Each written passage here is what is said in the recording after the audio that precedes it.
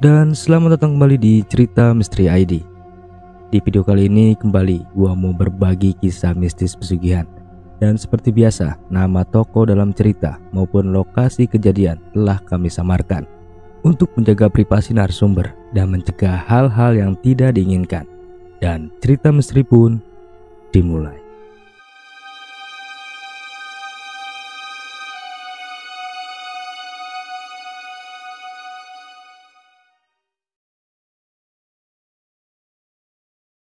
Perkenalkan, namaku Tommy. Menjadi saksi mata dari sebuah kematian tidaklah menyenangkan. Terlebih yang mati itu adalah teman dekatmu sendiri. Dra, kok diam saja? Ayo ke rumah.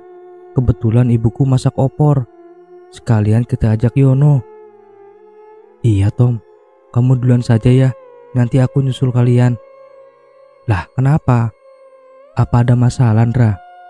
Enggak kok, aku cuma lagi gak nafsu makan, Tom. Ibuku sakit keras, jadi aku bingung. Kenapa gak dibawa ke rumah sakit, Dra?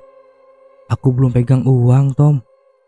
Ya sudah, kamu pulang ke rumah biar aku jemput Yono, terus langsung ke rumah sakit.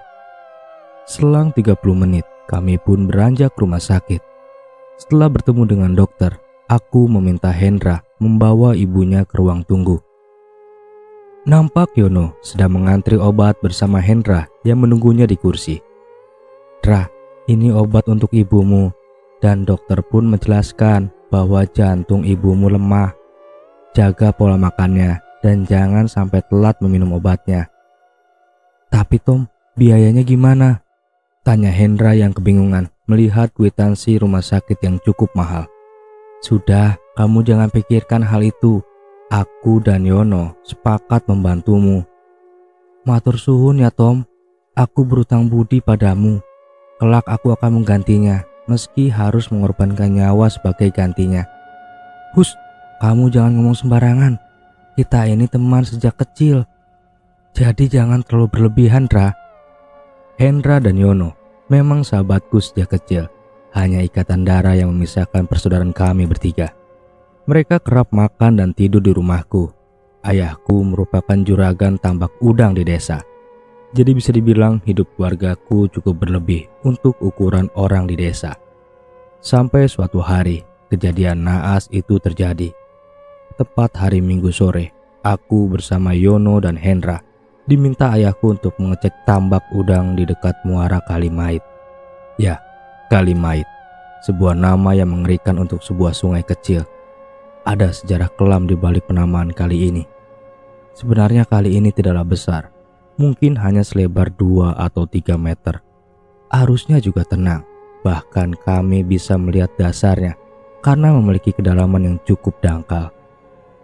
Namun aku sendiri tidak begitu paham mengapa warga menamai sungai ini sebagai Kalimait. Karena selain jernih, kali ini cukup indah di sore hari dengan pemandangan sunset di ujung samudra. Nah, rencananya setelah melihat tambak udang, kami bertiga ingin berenang di sana. Ya, hitung-hitung menunggu jam sore. Tom, kita naik apa ke tambak? Kita bawa mobil aja yuk, toh bapakku yang nyuruh.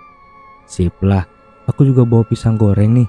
Nanti sekalian kita bikin kopi di dekat muara, ucap Hendra yang sudah kuanggap sebagai kakak sendiri. Setibanya di tambak, seperti biasa kami hanya bermain di sana. Tak jelas apa yang kami lakukan sambil menunggu dokumen yang bapakku pinta. Mbak Ratna selaku bagian keuangan akhirnya memberikan laporan mingguan. Dan itu tandanya kami sekarang bebas melakukan apapun.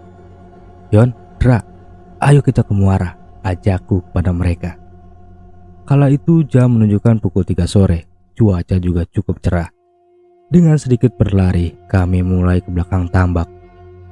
Jadi di belakang tambak ayahku ada sebuah kolam alami mirip seperti kolam renang.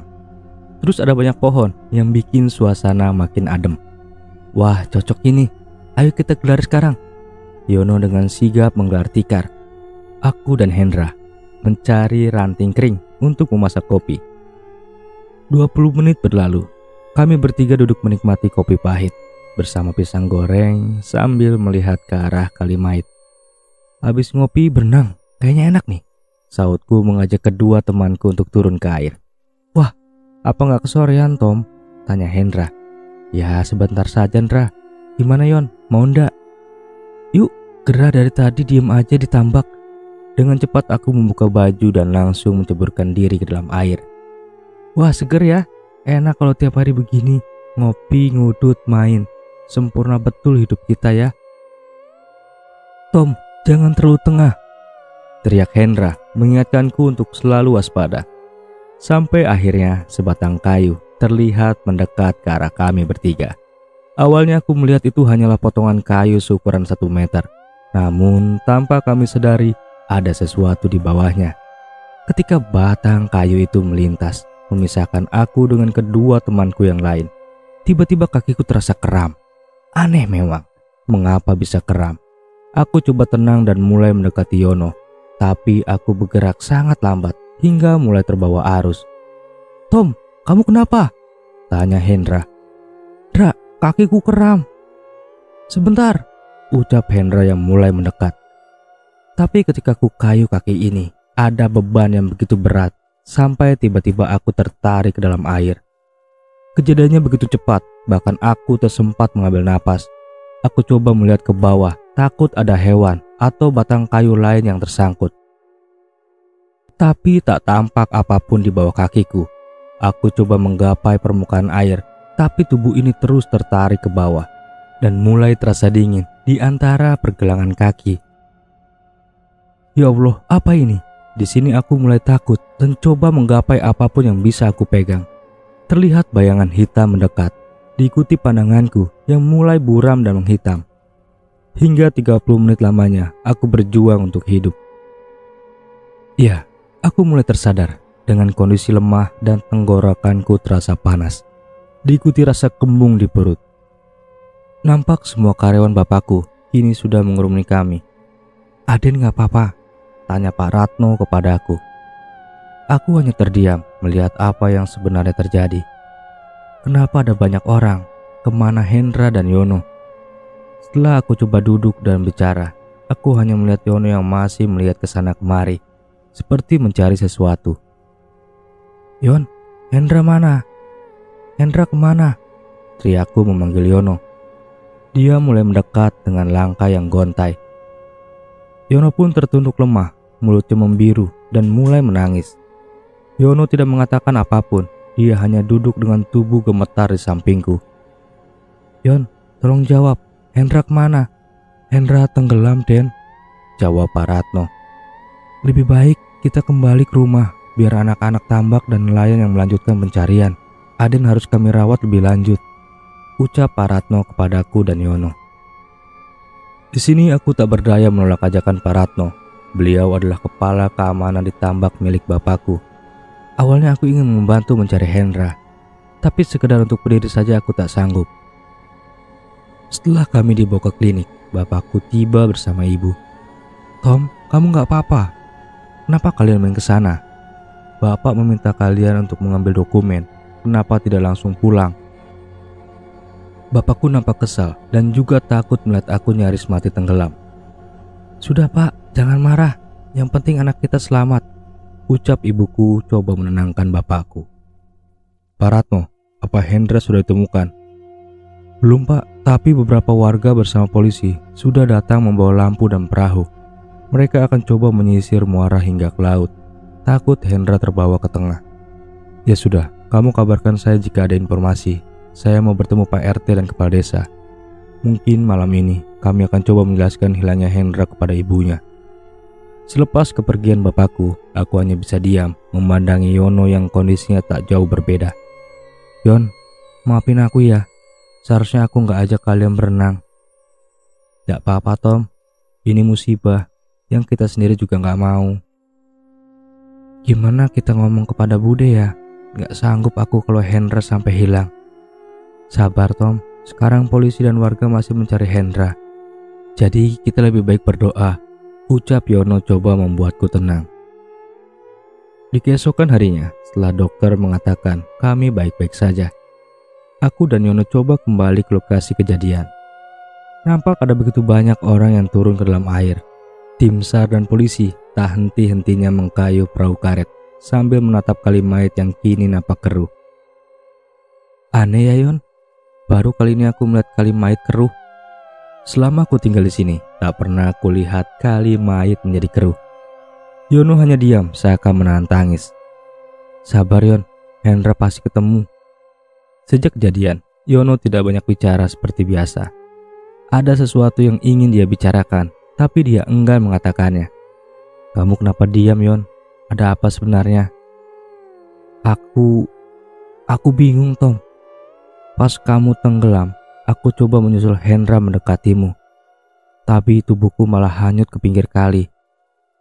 Aku sudah coba sekuat tenaga berenang, tapi aku tak sanggup mendekat. Hendra yang melihat tanganmu akhirnya menyelam. Aku takut Tom.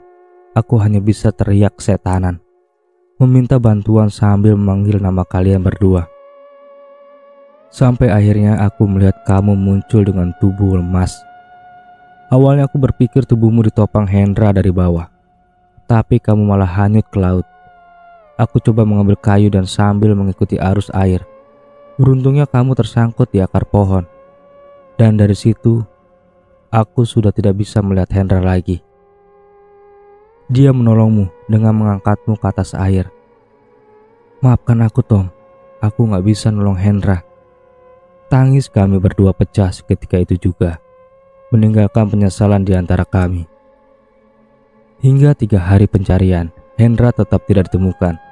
Bahkan tidak ada tanda apapun dari dirinya. Tim SAR dan warga nampak bingung. Kenapa kali dengan aliran yang tidak terlalu deras ini bisa cepat menenggelamkan seseorang? Bahkan semenjak kejadian, kali mayat menjadi sangat keruh. Padahal di hilir tidak turun hujan. Hingga di hari keempat, bapakku bersama dengan ketua RT akhirnya sepakat untuk mengurangi jumlah relawan. Mereka memutuskan untuk membentuk tim kecil yang fokus di titik perkiraan Hendra berada. Di sini, atas perintah bapakku, Pak Ratno selalu menemani aku dan Yono. Takut kami membuat hal gila karena merasa bersalah. Pak Ratno, apa kali mayat selalu begini? Tanyaku sekenanya. Tidak selalu Den, selain ada yang memintanya. Maksudnya Pak, Aden lebih baik pulang karena hari sudah mulai sore. Tapi maksud Bapak tadi apa? Aku curiga dengan kata-kata Pak Ratno itu. Jika Aden mau, malam ini menginaplah di tambak, biar nanti malam saya temani. Di sini aku makin bingung dengan pernyataan Pak Ratno. Ada apa sebenarnya ini? Yon gimana? Kamu bisa ikut aku nggak menginap di tambak? Aku mau, tapi aku takut Tom. Ya ini demi teman kita Hendra. Dengan sedikit memaksa, aku minta ditemani Yono. Baiklah, tapi kamu kabarkan orang rumah kalau aku nginep di rumahmu ya. Oke, gampang itu mah. Di sini aku berpamitan dengan bapakku untuk pulang, agar beliau tidak melarang kami menginap di tambak. Setelah azan Isya, aku dan Yono kembali menuju tambak, yang sekarang suasananya jauh berbeda. Jujur aku tak pernah datang ke tambak ketika malam. Suasana hiruk pikuk dengan karyawan kini berubah menjadi mencekam. Hanya ada sedikit lampu remang-remang dan beberapa penjaga. Pak Ratno, saya sudah di sini, sapaku kepadanya. Pak Ratno ini sudah menjaga tambak sejak bapakku merintis usahanya. Jadi, beliau sudah paham betul dengan kondisi tambak. Den, saya harap Aden kuat ya, karena kini kita sudah tidak lagi bertiga. Di sini aku saling tatap dengan Yono, yang kami tahu hanya ada aku, Yono dan Pak Ratno. Sebelumnya saya minta maaf jika lancang Den, tapi semenjak kejadian kemarin, penjaga malam di tambak sering dihantui suara tangis seseorang di sudut ruang kantor. Suaranya seperti orang yang menggigil ketakutan. Saya paham, mungkin itu jin yang menyerupai Hendra. Makanya ketika Aden bertanya tadi sore, saya mengajak Aden untuk menginap. Suara itu akan muncul sebelum tengah malam. Sekarang, Aden di sini sama saya ya. Kami bertiga hanya menunggu sampai akhirnya suara yang dikatakan Pak Ratno mulai terdengar. Suara itu muncul dari arah kali mayat, seperti ada riak di tengah kali. Suara apa itu, Pak? Tanyaku. Aden tenang, itu sudah biasa. Tak lama mulai terdengar suara tangis dan tetesan air dari dalam kantor. Di sini tanpa aba-aba, Pak Ratno menarik aku dan Yono untuk melihatnya. Aden dengar kan? Iya, Pak, saya dengar. Suaranya seperti menjauh, Pak. Kami bertiga mulai berjalan masuk, namun hanya ada genangan air di dalam kantor. Pak, itu siapa? Teriak Yono menunjuk ke salah satu sudut kantor. Itu Hendra, teriakku. Tom, tolong aku. Aku kedinginan, Tom. Tolong lepaskan aku. Kasihan ibuku di rumah sendirian. Ucap sosok itu memelas belas kasihan. Gimana caranya aku bisa menolongmu, Hendra? Pinta pada bapakmu. Suara tangis itu berubah menjadi bentakan kasar dari sosok Hendra yang tiba-tiba ikut menghilang. Di sini aku bertambah bingung, apa maksud dari kata-kata Hendra tadi? Gimana ini Pak Ratno? Tanyaku. Besok kita ke Simbah Narmiden. Beliau adalah orang lama yang sudah puluhan tahun menjaga hilir Kalimait. Di keesokan harinya, kami bertiga datang mengunjungi rumah Mbak Ratmi. Assalamualaikum Mbah, nyuwun sewu, kata Pak Ratno di depan rumah Mbak Ratmi. Melebu no, jawab Mbak Ratmi dari dalam rumah. Meski sudah lama menjadi pegawai tambak, Pak Ratno memang jarang bersinggungan dengan Mbah Ratmi. Pak Ratno terkejut karena Mbah Ratmi dapat mengenalinya hanya dengan suaranya. Di dalam, Pak Ratno menjelaskan kejadian hilangnya Hendra. Namun Mbah Ratmi hanya menatapku dingin. Kamu putra Karto kan? Betul Mbah, saya Tommy anak dari Pak Karto. No, anakmu Hendra sudah mati. Saat ini mayatnya ditahan penghuni Kalimait. Mereka itu siluman buaya. Bapakmu Karto pasti tahu siapa mereka, Tom. Maksud si Mbah? Tanyaku kebingungan. Dulu waktu Mbah masih muda, para pejuang dan warga sini banyak mati berperang. Dan banyak korban. Pihak Belanda membuang jasad mereka ke dalam Kalimait. Dan mayat-mayat itu membuat siluman buaya senang. Namun setelah kemerdekaan, tidak ada lagi orang mati di kali ini. Hingga akhirnya para siluman itu menjadi haus akan darah. Mereka dengan cara apapun meminta ritual tumbal ini tetap berlanjut, termasuk menjanjikan kekayaan. No, jika kamu ingin melihat mayat anak itu, Mbah bisa membantu. Oke Mbah, lebih baik jika almarhum segera dikebumikan Mbah. Mbah Ratmi akhirnya membawa kami bertiga ke belakang rumahnya. Beliau membawa nampan berisi bantal guling dan lauk pauk. Dan perlahan bibirnya menyanyikan sebuah kidung berisi rayuan untuk penghuni Kalimait. Sampai akhirnya 10 menit berlalu dan suara tangis malam kembali terdengar. Suara yang sama ketika kami melihat Hendra. Di sini nampan yang dibawa Simbah mulai dihanyutkan dan terlihat mulai berputar-putar. Lalu muncul gelembung kecil yang membalik nampan ke dalam kali. Anehnya, nampan itu kembali seperti semula, namun semua isinya menghilang. Ya sudah, besok Hendra akan pulang, kata Mbak Ratmi kepada kami. No, jaga anak ini dan jangan biarkan dia pulang.